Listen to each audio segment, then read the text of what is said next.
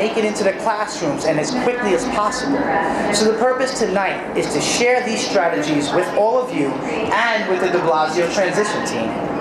And you're going to hear from teachers and leaders from some of the highest performing charter schools across our city, including Uncommon Schools, KIPP NYC, Success Academies, as well as Public Prep and Mesa Charter High School. Our hope is that you come away tonight with some tangible ideas that every school in New York City could implement and which will help all children succeed. So just a couple of things about how we're going to structure our time tonight, this evening. We have 6 presenters joining us this evening, each of whom will be spending about 10 minutes discussing one simple idea that can improve schools in New York City. At the end of the night, we want to know what you think. So as these educators and leaders are talking about their solutions, please take notes on what you think would be our solution. And based on your experience and your perspective, we want to know what innovation would you like to see the next mayor support all schools in implementing. Thank you again, everyone, for coming out tonight. We do hope you enjoy the sessions. At this time, I'd like to introduce our first presenter, Mr. Mitch Brenner. Mr. Mitch Brenner has been teaching social studies history at KIPP Academy since 2002. He also works with all KIPP Academy students as assistant principal, which allows him to do both breakfast and lunch duty in the cafeteria. God bless you, Mr. Mitch. It's a fine place for bonding with kids. Mitch has been involved in the development of character work in NYC and the Character Growth Card since 2007. He currently coordinates the Character Project throughout KIPP Nation. He's thrilled and honored to now be a part of KIPP NYC College Prep team teaching AP United History. Please, everyone, put together a warm welcome for Mr. Mitch Brenner.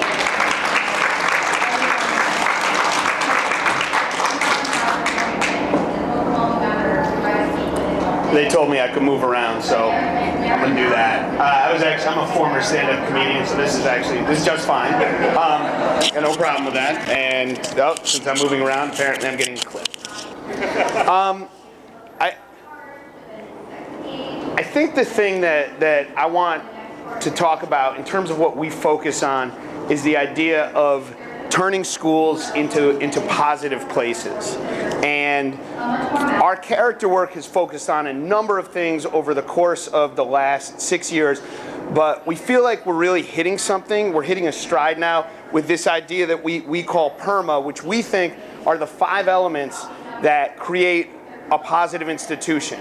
And when I say a positive institution, I'm talking about all stakeholders in a school. I'm talking about parents, I'm talking about kids, and I'm talking about teachers. All right, good, now I'm off the little stage, I got my little clicker. And there's 5 elements to PERMA. The first is this idea of positive emotions and a day filled with positive emotions. The second is engagement, and that's not simply engagement in terms of what we teach, but engagement in terms of how we teach. And it's not just our classrooms, it's our hallways, it's our cafeterias, it's our auditoriums, it's all the spaces in which kids interact with each other, in which we interact with kids, in which our families interact with us and each other as well. It's about building relationships. It's about a school being a place that is not simply about what you are. So as a history teacher, I want you to learn the 13th, 14th, and 15th Amendments, but I want you to walk away from school feeling like you have had relationships that are going to benefit you in the long run.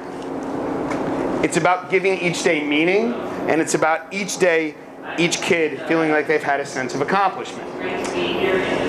How do we do this? We kind of do it with what I would call a sort of live in the moment kind of a philosophy. So we have this, and then I have this quote from from one of my colleagues. Ian Willey says, when we talk about culture, we're talking about all the little micro moments, the little interactions that every single person has in the building. Okay? So I want to ask you a quick question. How many micro moments do you think there are in a day? Throw out a number. I'm sorry? 1 million? Too high, but thank you. I really appreciate it. No, thank you. Too low. 1,500. Too low still. Because we'll be here all night. I do it with my AP US kids, which is my newest little endeavor. We could do this all day, but I love numbers. So 20,000. So 20,000 micro moments, 20,000 of these little interactions, 20,000 opportunities to build the positive. And when we talk about these micro moments, I want to stress once again, this is not just, I think when we think about schools, the relationship we think about focusing most on is teacher to student. So we think about teacher to student, but micro moments are about the entirety of a community. And those interactions matter. So interactions matter just as much between the adults in the building and between the kids in the building as they do sort of, I think we often think about up and down as opposed to those two parallel moves. So there's 20,000 micro moments in a day, defined as any of these 20,000 moments when we have a chance to build more positive relationships and increase what we call the positivity ratio. Everybody with me so far? All right, good. So we're going to keep moving. Then there's this. So I like these big numbers. I like these blue numbers. 55, 38, 7. I'll take one guess because if I take a lot of guesses, once again, we'll be here all night. 55, 38, 7. Anybody? Say it again. Class time. Great. Like teaching time. Thank you very much. Sorry, but no. 55% of what is interpreted in a conversation comes from facial expression and body language. 38% comes from hello, tone. Thank you very much back there. And 7% comes from what you actually say. So when we're thinking about these micro moments, when we're thinking about increasing this positivity, we want to be very, very aware of this. Very aware that in any given moment, what you say may have far less of an impact on how you say it, what you look like when you say it. I mean, I'm not the biggest person in the world, but for a lot of my fifth graders, I'm a lot bigger than them. So how can I manage to keep that idea of positivity going? Even, I mean, as an assistant principal, sometimes I have to deliver difficult messages, and yet this idea is positive. A positive institution building this idea of positive emotions, building this idea of positive relationships. So that's 55, 38, 7. Then I got this, 2.5 to 1. I'm just going to run through these, otherwise we're going to just do this back and forth for a while. So, interpersonal interactions. The average for most people, the average is that for every interpersonal interaction, you have 2.5 positive comments to every one negative comment. That's average. We want to strive to do better. So then there's 4.3 to 1. 4.3 to 1, the research says 4.3 positive to 1 negative is actually optimal. We want to do better. Approximately 5 to 1. 5 positive comments to every negative comment is ideal for what we call high leverage relationships. How many folks in the space are married? Okay, that's a high leverage, that's a high leverage relationship. And we want to look at the interpersonal relationships in our schools as just as important and just as valuable and just as in need of positive work and relationship building as a high leverage relationship such as a marriage. And that's where your approximately 5 to 1 comes from. And then we have this triangle. So there's 3 ways that we're going to try and do it. 1, growth mindset.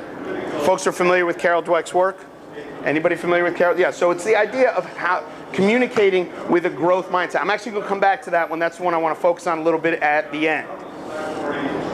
The second is this idea of constructive responding. How do we respond? When we respond to kids, when we respond to each other, do we respond in a way that is constructive? In other words, it's the building, or do we respond in a way that sort of takes things apart that is destructive? And the last one is this idea of character, behavior, language. When we talk to kids especially, we want to be as specific as possible. How many folks as a teacher will look at a kid's work and simply say, good job, great job? We would say, be more specific.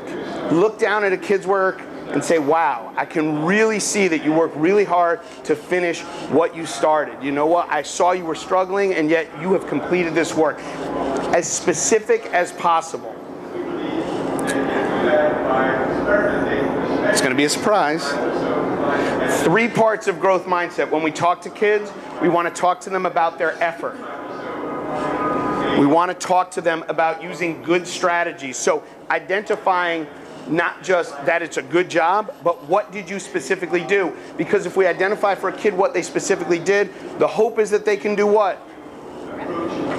I heard it. Yeah, see, it's just like my high school kids. They'll say something and then they won't say it again. Yeah, replicate. Do it again. Do it again. And the last thing is that if you need help, seek help. And part of this whole relationship building is creating a comfortable space for a kid to come and say, Mr. Brenner, you know what? I'm absolutely confused about this. Can you give me a hand? Can I talk to you after class? Can I reach out to you at home? And those are all, and the answer should be yes, yes, and yes. So I want to sort of come back to this, and then I got one more after this, and then if folks have a couple questions, if we have the time, and I have no idea if we have the time because I'm going to be honest, it's a 2-hour and 45-minute presentation. I was supposed to set a timer, and then of course I forgot to start the timer. This happens when I go on stage all the time. I do it for myself. So we have this idea of positive emotions, engagement, relationships, meaning, and accomplishment. And I always like to close with this last slide because there's only one way for folks to get better at this. And this is in any relationship. There's only one way for folks to get better than it. What's that? How do you get to Carnegie Hall? Practice, practice, practice. So as I walk around my school, I'm looking for folks who are using these ideas, these growth mindset ideas, these behavior language ideas, these constructive responding ideas. So how much time if you want me, I got 2 minutes? Okay, is anybody, I'm gonna take, does anybody have any questions, anything I can answer? Yes, sir, thank you. The 20,000 Yeah. 20,000, so those micro moments are every little interaction that occurs in a relationship. And so we just had one. We just had one, and so like as a classroom teacher, they occur constantly. It's the moment when a kid raises their hand and gives an answer and it's right. How do I respond to that? Do I respond? I mean, even if I just give them that's so much more than kind of me just being, than the nod. And they are very impactful. And I'll kind of close with this thought. So I've heard from a lot of folks when I do this presentation, it just seems like too much. Like, how can you think about 5 positive comments to every negative comment? So I'll go back to the big number. Hold on. Wait, I'm breaking everything. No, here we go. All right. So I say this with a lot of humor, but also with a lot of understanding that teaching is a tough gig and days are long. So if you go with that sort of high leverage relationship, right? And you are shooting for this idea of 5 positive interactions for every 1 negative interaction, and you say there are 20,000 micro moments, that means that you still have time for approximately 2,000 to 3,000 negative interactions in your day, so you don't have to be perfect. It's a ratio. It's about building a ratio. It's about building a ratio of positivity to create a positive institution. And to me, the heart of it, of all that PERMA, is about building relationships. I really appreciate your time tonight. I think the thing I like the most about this is that first slide that you all put up. It's about what works for kids all over New York City, and that's the hope and the dream of every educator. So thank you very much for your time, Joe. Oh yeah, I'm gonna leave with your mic. That was a little micro moment we had. There you go. Exactly. And I thank you. Thank you so much, Mr. Mitch Brenner. I appreciate it. That was very, very informative and very helpful. I'd like to present and introduce our second presenter tonight, Miss Maria Williams. Maria has a master's degree in education from Hunter College. Currently, she teaches debate and public speaking at 3 Success Academy middle schools and also coaches the Success Academy Harlem West debate team. So without further ado, everyone put your hands together for Miss Maria Williams.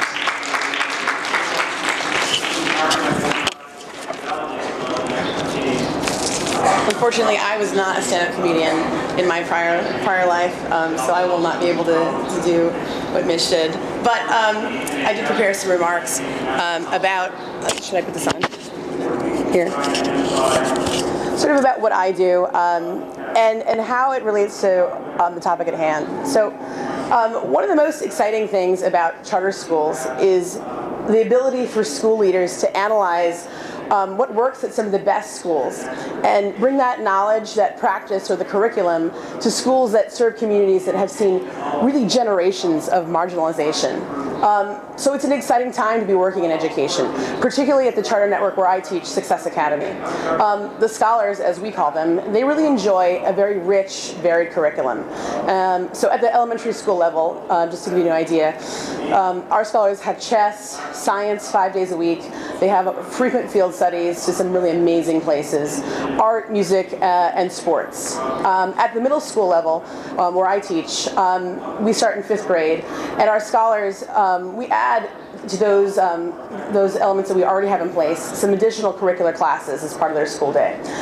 So these classes include computer science, art, and debate and public speaking, which is what I teach.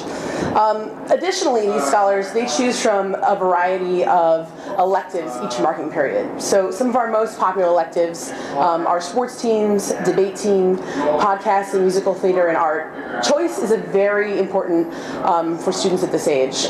For those of you who are parents, teachers, you realize this. And so one of the things that's really great is that really dedicated teachers that work in these schools, the way that we make this happen is that a lot of us teach at multiple schools. And so it's sort of